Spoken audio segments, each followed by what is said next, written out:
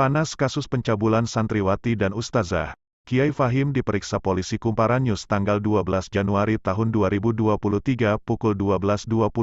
Kiai Muhammad Fahim Mawardi mendatangi markas Polres Jember, pukul 10.45 waktu Indonesia Barat, Kamis, 12/1. Polisi akan memeriksanya terkait kasus dugaan pencabulan 11 santriwati dan 4 ustazah, pengasuh Pondok Pesantren Al-Jalil 2 Desa Mangaran, Kecamatan Ajung, itu sebelumnya 2 kali mangkir dari pemeriksaan polisi. Statusnya masih sebagai terlapor. Kami upayakan dengan penasihat hukum terlapor agar terlapor bisa hadir memenuhi panggilan penyidik sehingga terlapor bisa diperiksa, kata Kepala Unit PPA Satreskrim Polres Jember, Ibtu Dia Vitasari.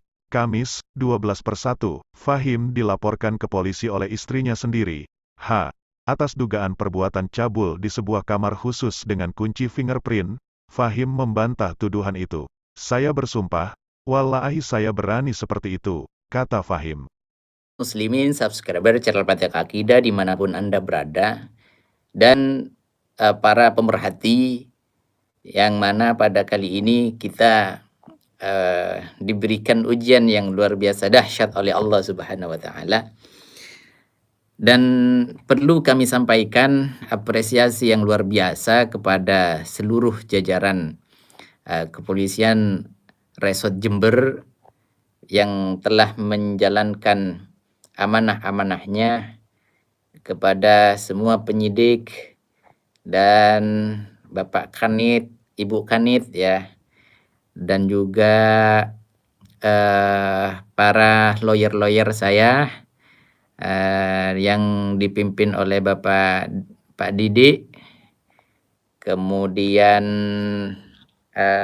Pak Alan, Pak Agus, dan teman-teman semuanya. Masya Allah, luar biasa.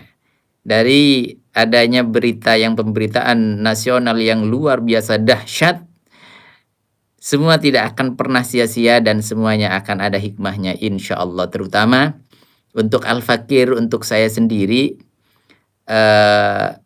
ini adalah pembelajaran yang mana tidak mungkin semuanya itu akan sia-sia dan semuanya tidak mungkin terjadi begitu saja kecuali Allah sudah merencanakannya.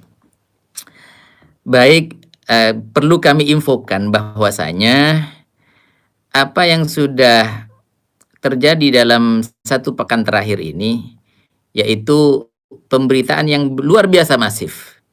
Dan kami merasa bangga terhadap kaum muslimin, kemudian kepada Anda semuanya yang masih menunggu tabayun dan juga menunggu hasil dari semua yang sudah viral, yaitu berita pencabulan, kemudian berita pelecehan seksual, kemudian banyak, bahkan ada yang memberitakan seperti Kumparan, kemudian banyak ya, banyak. Dan ini sebagai perhatian saja, besok kalau sudah persoalan ini sudah selesai, ya supaya mereka, para media, bisa mawas diri, bisa memperbaiki diri untuk memberikan informasi-informasi yang akurat, yang objektif, dan bisa mencerahkan kepada umat dan bangsa. Mereka memberitakan 11 santriwati digilir atau Allah alam ya Allah. Ini luar biasa. Dan 11 santriwati ditambah 4 ustazah. Maka saudara kaum muslimin, ini adalah satu pernyataan atau satu tulisan yang perlu dipertanggungjawabkan. Kapan waktunya? Kita tunggu saja waktunya. Karena persoalan ini harus dijalani secara kooperatif. Alhamdulillah, di awal-awal ketika laporan itu masuk dan begitu pesat dan cepat penanganannya, sampai seolah-olah saya merasa seperti teroris saja. Ya, serius saya curhat kepada Anda. Seperti teroris ya. Luar biasa dahsyat. Tapi mungkin itu saya maklum kepada jajaran Kapolres Jember, mungkin kaget ya atau bagaimana, wallahu alam. Tapi yang pasti hari ini tadi saya menyelesaikan BAP saya dan berjalan dengan baik, kemudian ditemani dengan penyidik yang ramah dan memberikan masukan-masukan yang luar biasa dan insya Allah bermanfaat. Kemudian Ibu Kanitnya yang luar biasa juga. Kemudian jajaran-jajaran para penyidik semuanya, Masya Allah. Di bagian perlindungan perempuan, Masya Allah luar biasa. Saya apresiasi kepada Anda semuanya. Mari kita jalankan adanya peran kita di dalam menegakkan kebenaran, menegakkan keadilan. Insya Allah semuanya akan terang benderang. Namun jangan keburu kita untuk menentukannya, kecuali kita bersabar dan kita tunggu hasilnya sesuai dengan bukti-bukti yang ada. Kemudian saya sangat menyayangkan kepada media-media yang keburu memberitakan seperti itu, yang mengatakan menggagahi 11 santri, kemudian plus 4 ustadzah. Wow, sampai siapa itu dari Madura yang pernah ingin melaporkan saya ke Polda dulu, yang ngancem-ngancem itu, memberikan pernyataan apa katanya, predator seks. Dan saya menyayangkan juga kepada yang sudah berdemo, tangkap, belum apa-apa sudah main tangkap. Jadi sabarlah, mari kita kooperatif. Kita, kalaupun misalkan Anda benci kepada saya, tetap kita hidup di negara kesatuan Republik Indonesia berdasarkan Undang-Undang Dasar 45. Kita hidup di negara hukum, kita harus patuh hukum agar semuanya berjalan dengan baik dan kondusif. Kemudian saya juga ingin memberikan satu statement kepada semuanya. Mari kita menjadikan semua ujian dari Allah Subhanahu wa taala sebagai satu batu loncatan kita mendapatkan barokah, karunia dan rahmat dari Allah Subhanahu wa taala. Biarkan mereka yang dengan sukacita berpesta ria dengan adanya pemberitaan semacam ini. Kita lihat ada seperti Gus Fuad Pleret, kemudian banyak dari kelompok buzzer itu yang sudah berpesta pora, Masya Allah. Saya pikir itu wajar dan maklum. Kita memberikan satu kesempatan mereka untuk bersukacita seperti itu. Masalah apa yang sudah kita dapatkan hari ini adalah satu bahan renungan kita untuk mendapatkan esok bagaimana kita menjadi lebih baik. Terakhir, saya akan menyampaikan ucapan terima kasih kepada para guru-guru kami yang tulus memberikan supportnya, kepada Ayahanda, kemudian di Situbondo, kemudian Abuya di berbagai daerah, dan kepada para ulama di Tapal Kuda, kemudian para ulama di Aliansi Ulama Madura, kemudian guru-guru kami yang tidak bisa kami sebutkan semuanya, Masya Allah. Kami memohon maaf kepada panjenengan semuanya. Bagaimanapun ini adalah satu kelalaian kami, sebagaimana kita ucapkan di dalam klarifikasi pertama.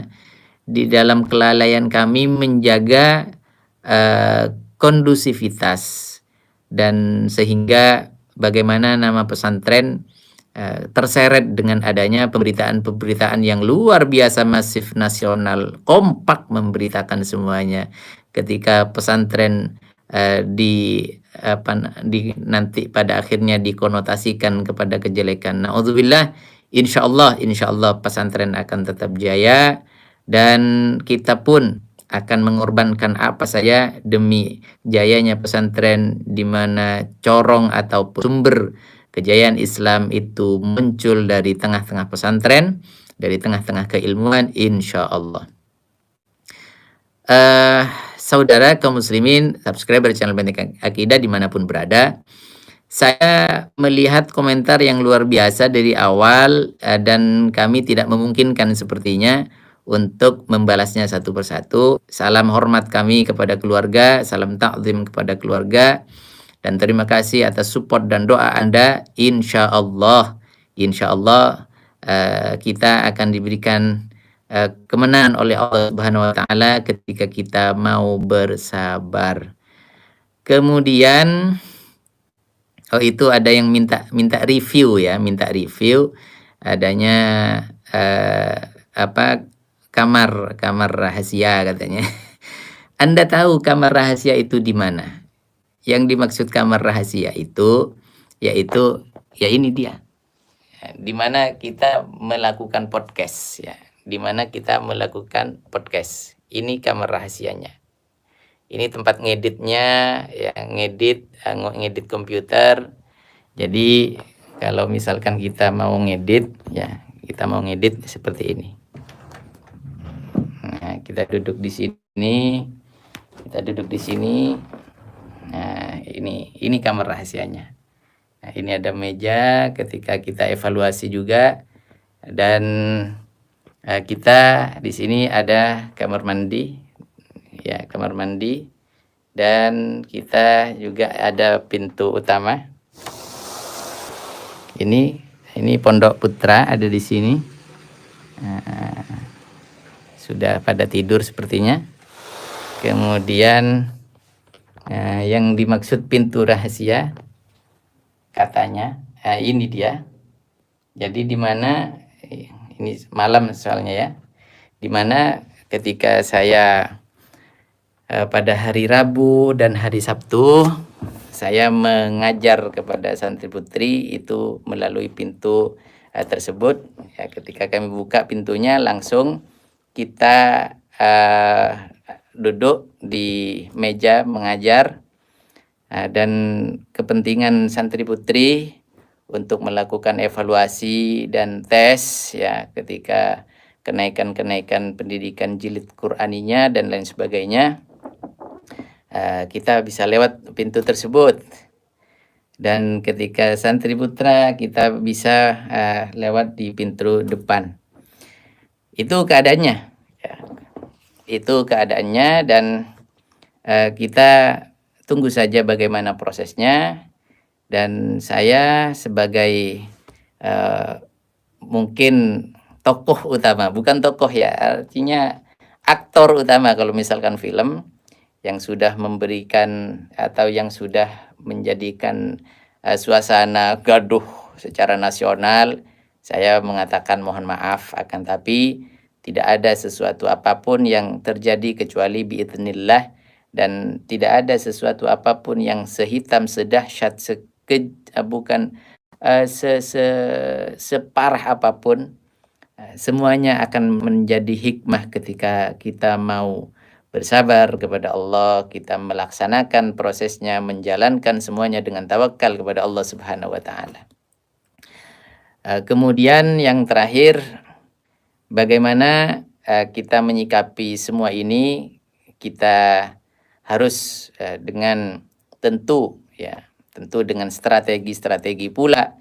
Artinya seperti beberapa saat kemarin saya sengaja diam dan juga memang tidak begitu banyak waktu untuk mengkanter adanya opini-opini pembusukan dari para buzzer, channel-channel buzzer, yang mana mereka sudah dengan barbar menyampaikan opini-opininya, tapi kita sampai detik ini sudah memberikan kesempatan kepada mereka untuk berpesta ria, dan kita sudah mengantongi adanya celah-celah mereka sendiri. Baik, itu yang bisa kita sampaikan, bahwa al-haqqu bi ghairi nizam yaghlibuhu batil binizam. Apa yang saya maksudkan adalah kebenaran yang tanpa terstruktur dengan baik, tertata dengan baik, maka bisa tetap dikalahkan dengan kebatilan yang tertata dengan baik.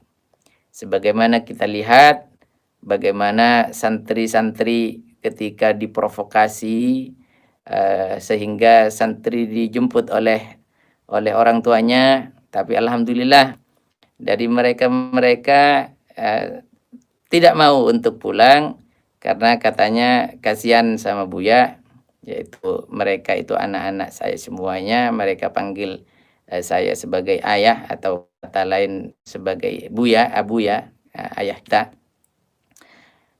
Meskipun beberapa santri dengan berbagai cara yang dilakukan oleh perlindungan anak, orang tuanya ditakut-takuti, kemudian entah apapun alasannya banyak ya. Dan ketika sampai di rumah mereka ditekan ya.